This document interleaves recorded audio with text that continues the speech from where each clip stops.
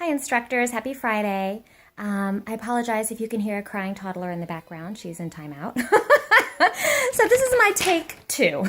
Anyways, so I wanted to talk a little bit about retention. I know some of us, we love the program and we're not like super concerned that we're making lots of money, but I know for some of us too, profitability is very important.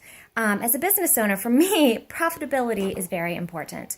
And I don't know if all of you are aware, but when I moved from the dance studio to our current location, it was a very expensive move because it had to happen in an emergency situation. So there was a private investor that came forward and helped me with the financial end of that move. So I am still paying that investor back. So it is important to me that we are all profitable. And I think as much as we all love the program, we don't want to do it for free. We would like to be able to make enough money to buy a new mic, to buy shoes, and maybe go even to Chicago for the franchisee meeting. And be able to justify the plane ticket, feel like we can pay for that. So I am right there with you. So profitability is based kind of on two things, retention and accumulation. We actually are pretty good at accumulating customers. We are always getting new customers in the door. And I just want to say shout out to Karen, who has been rocking the sales desk. I think she's made, was it either 3 or 4 sales this past month? I mean, she has had to do some quick thinking and getting people signed up, but shout out to you, Karen, you're rocking it. So I know we're working on making the sale. And statistically, I was just doing some reading. It is harder today to make a sale as a fitness industry at a fitness studio. It is harder today than it was like 5-10 years ago. And there are just a bunch of different reasons for that. But that's why it is so much more important for us to be hanging on to the customers that have come in, have plopped their money down, signed the commitment, making sure we are retaining those customers. A lot of money goes into advertising to bring customers into the door. It is expensive, speaking as far as advertising, to get a new customer to come in and then finally sign up. So once we get them, we want to hang on to them. So I just want to throw some numbers out there because our retention honestly has not been great. We have, I think, about 90, it might be up to like 92 now, customers on EFT. And those are not including our babysitters. Those are just customers that are doing monthly auto debit. And I'm still working to bring all our current customers up in pricing. But I want to do that gently because I don't want to risk losing them. And I know when I raised prices in January, that really helped with losing some of the customers that we did after the price increase this year. But let me just throw some numbers out. So we have about 92 on EFT, and we have lost about 43 customers. We have lost, about 43 customers this year. So we can expect in December, unfortunately, to lose some more. So that's, 50%? Almost 50% attrition? That is very high. I mean, we expect maybe like 20 or 30%, but 50%, and let me just put some money numbers to that. So that would be, assuming they were on our old pricing and paying about $45 a month, that would be $1,935 extra a month. That would be coming into the studio. $464, that would be going towards paying instructors. And that would be about an extra $3.87 a class with our current schedule. Now, let's say it was just half that. Well, and then, okay, so if we added that $387, that means that this past month, the class pay would have been $12.06 a class. Not too shabby. So it's impossible we're going to retain everyone, right? So let's say it was just half. Let's say we lost 22 customers or something like that. Then then it would have been an extra $1.94 a class, making it $10.13 per class.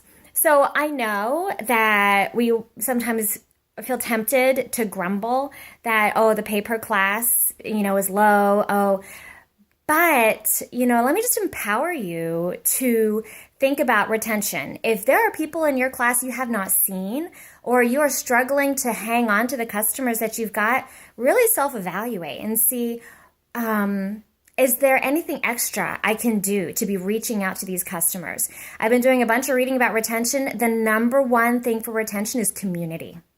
Do you know your customers' names? Are you building a community within your class, a community of welcomeness? So in retention, that is the number one thing. So if you have a tendency to not know your customers, to not have a good mojo in your class, you're not postcarding, you're not building that community, you're not making those connections, then we aren't going to be able to hang on to those customers. And I'm only teaching 4 of our 29 classes a week right now. So I'm not there to be building those connections for you. You guys are the face of Jazzercise to your customers. So it is on you to be building those relationships. Make sure you're postcarding. I know we talked about maybe creating an email, a separate email, a Gmail account to reach out to them, or even a Facebook group. I use Facebook a lot to connect with my customers, the ones that are on Facebook. So really utilize all of those. And I hate to call Karen out again, but I think she even got together for coffee. Feel free to correct me, Karen. I'm sorry. I didn't ask her for permission to share this. Coffee with one of the customers, encouraging them to come back. That is amazing. That is awesome. And that is valuing each customer. And so that kind of makes me think too. Sometimes I also talked about how we might be trimming some classes that are not doing well. So let's really get on this before January. Really figure out how can we rope those customers back in so they don't cancel in January and February. So we can be meeting their fitness needs. How can we really be growing that community so that we can see the pay per class increase? And so we can be giving our customers what they need. So there are a bunch of different ways to do that, and we are just going to have people cancel. That's just the natural way that things go. But I think we really need to be self-evaluating. Oh, I remember what I was going to say. When we have a small class with like 2 or 3 people, do not say, "Where is everyone?" Because your customer can say it. You cannot say it. Because that devalues the customer that is in class. If you have one customer in class, you say, "Thank you so much for coming." You treat her like a princess, like you came there just to teach for her, because you did, whether you knew it or not. If you have consistently 2 or 3 customers that are coming, and yet you're making them feel like they're not super valued, they're going to stop coming. Whenever you have 2 or 3 customers that are coming, you praise them, you love on them, you give them individualized attention, you chat with them, you take that time to really get to know them and build that connection with them so they want to keep coming. And so they don't mind whenever they're the only one in class. Then they feel like they are getting the best, most personalized workout that they could possibly get. Okay, so really utilize those connections. Don't say, "Where is everyone? Why isn't everyone here?" Because then that makes those 2 or 3 ladies that are on the floor feel like, "Well, what am I, chopped liver?" So we don't want that. And I know we think it in our head. You can think it in your head. You can think, "Gosh, I put together this set and for 3 people." But those 3 people are the ones that are there, or that one person. Love on them, and then after class, postcard everybody that wasn't there and say, "I missed you. I missed you in class. I hope to see you next week." So I know these are things that they're not habit, but we need to get on it so that we will be profitable and so that we will have financial stability as a business. I work really hard as an owner to try to find new creative ways to get the word out in the community, to bring new people in. But if you guys aren't building those connections with your customers and really building that community, then retention is going to continue to struggle. So please reach out. There are so many great articles. I'll post a couple in the comments. There are so many great articles that talk about retention, because this is a big struggle in the fitness community, because people are fickle, and honestly, instruction is inconsistent in a lot of fitness industries.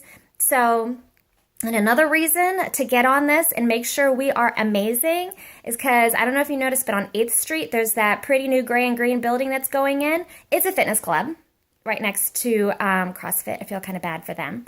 So we want to make sure we're on our game and be prepared so that whenever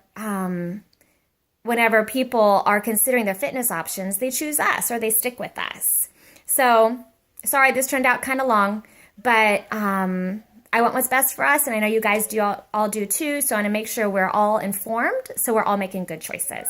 Thank you so much. I hope you have a great day. Bye.